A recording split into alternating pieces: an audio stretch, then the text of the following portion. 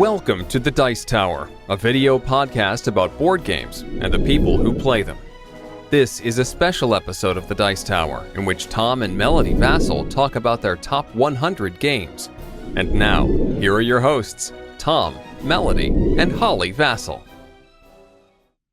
Welcome to The Dice Tower! Alright, I'm Tom Vasel, and we're here to show you some more of our top 100 games. Woo!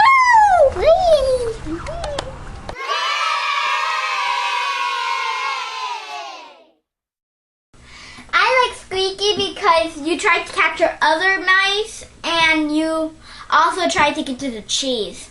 Let's look at the board. This is what the setup for the game looks like. Each player starts with 7 mice lined up on their color. Each mouse has a number from 1 to 7. And players are going to be rolling 2 dice to see how they move their mice on their turn. 1 through 7. So basically I'm going to move this one 1, 2, 3, 4. Then I'm going to move this one 1. Because of the dice. Yep. And as long as you're on your own color, you're safe. But what happens once your mice get onto this white path here in the middle, which leads to the cheese? For example, one's here and a red one's here. For example, and this one rolls a 1. This one can land on that one, then that moves around. When this one lands on the red one or passes it, it gets the secret number. Right. When you pass another mouse, you capture them and you get points equal to that mouse. And the other way to get points is if you get one of your mice all the way to the cheese, you also get points for that. Very easy, lots of fun. It's lots of fun to catch other people's mice. I really like catching Melody's mice. Yeah.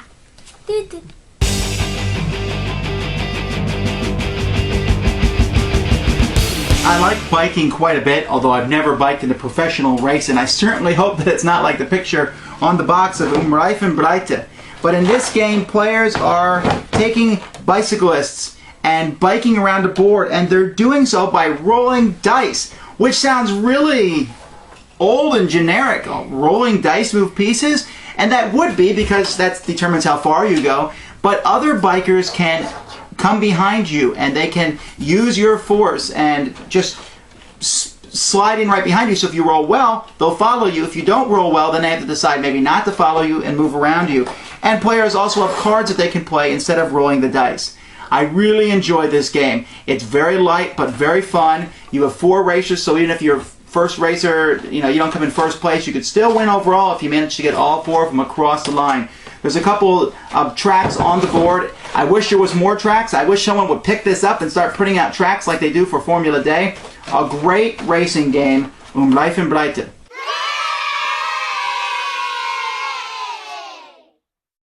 I like this game because it consists of 3 bears from Goldilocks and the 3 Bears, and it also has more memory. Yeah, let's take a look at the board. Here's the board itself, which is a big table, and next to the table are 3 bears, Mama Bear, Papa Bear, and the baby bear.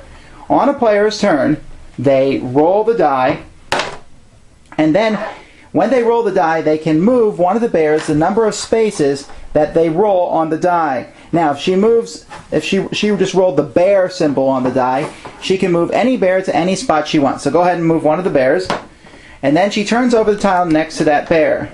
Now, on the tiles are 3 different objects: fork, fork, plate, and knife. If the fork, plate, or knife are the same size as the bear that's next to it, then you get to keep it. So in this case, Melody does get to keep it because that was Mama Bear, and she's next to a medium-sized fork. Then we put another tile secretly on top of that, and we keep going on. If it was the wrong size, you turn it back over, and we keep rolling till you get it. And what you're trying to do is you're trying to get 3 of the same size. Like, for example, right here, I got a small fork, knife, and plate, or any 6 tiles total, and you win. It's memory, but remembering which spot is at helps you remember which bear to move. This is a great one. It's Goldilocks and the 3 Bears, but thankfully, there's no Goldilocks. I like this story better when there's no Goldilocks. Me too!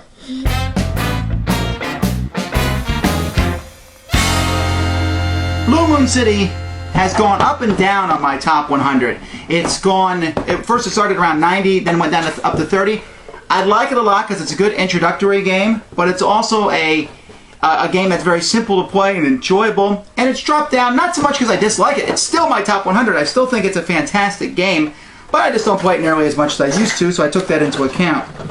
It comes with dragons that you're moving around the board, and you're building these buildings on really beautiful pieces. They get collecting dragon tails, all different sorts of pieces are in the game, and it's very simple. You're using cards to move around, or use them as their special abilities, to build buildings or use them for their special abilities. And it really combines to make a fun game. If you've ever played Blue Moon, the card game, this is not like that game. Not really much at all, other than having the same theme. I hate the card game, but I found this very enjoyable. Not as much as I once did, but still my top 100, which means I love it.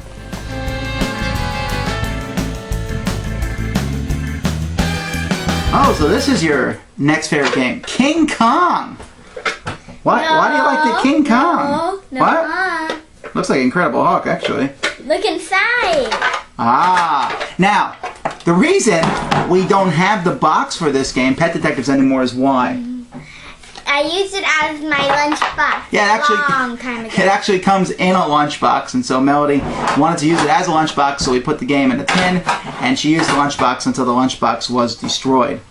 Pet Detectives is basically a game where you're flipping cards over during the course of the game, trying to match animals that are lost and then the animal card that is found. Put those together, you have a match. There's also a few special cards that you can buy for money, because you get money at the end of your turn, and you can use these you get money when you get a match together. You can use this money to buy these cards and then play these cards to get extra turns and such. It's a very, very simple game, but people like it maybe because, well, people like matching. Why do you like it so much? Because it's really cute animals.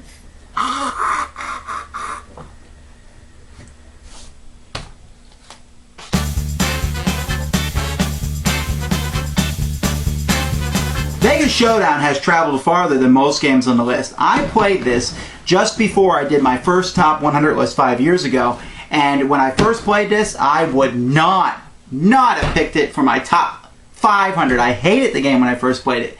And yet now here it is, because we keep playing it. I played it again and I said, that's kind of fun. I played it again and said, it's getting more fun. It's a simple auction game where you're trying to build your casino. There's no actual gambling in the game. You're just trying to build a casino. So I guess you could have built anything. But the idea of building it evenly and going up against other players in an auction, I'm finding now more and more that I'm not so much of a fan of auctions. But in this game, I enjoy them quite a bit.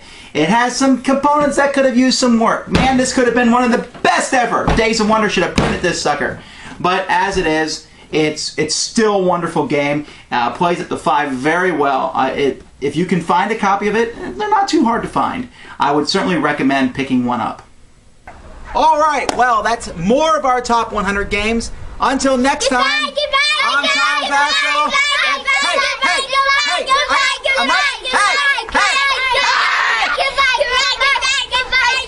Thanks for joining us today.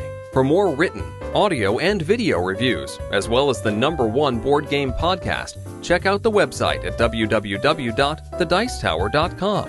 Until then, this is Eric Summerer, and you've been watching The Dice Tower.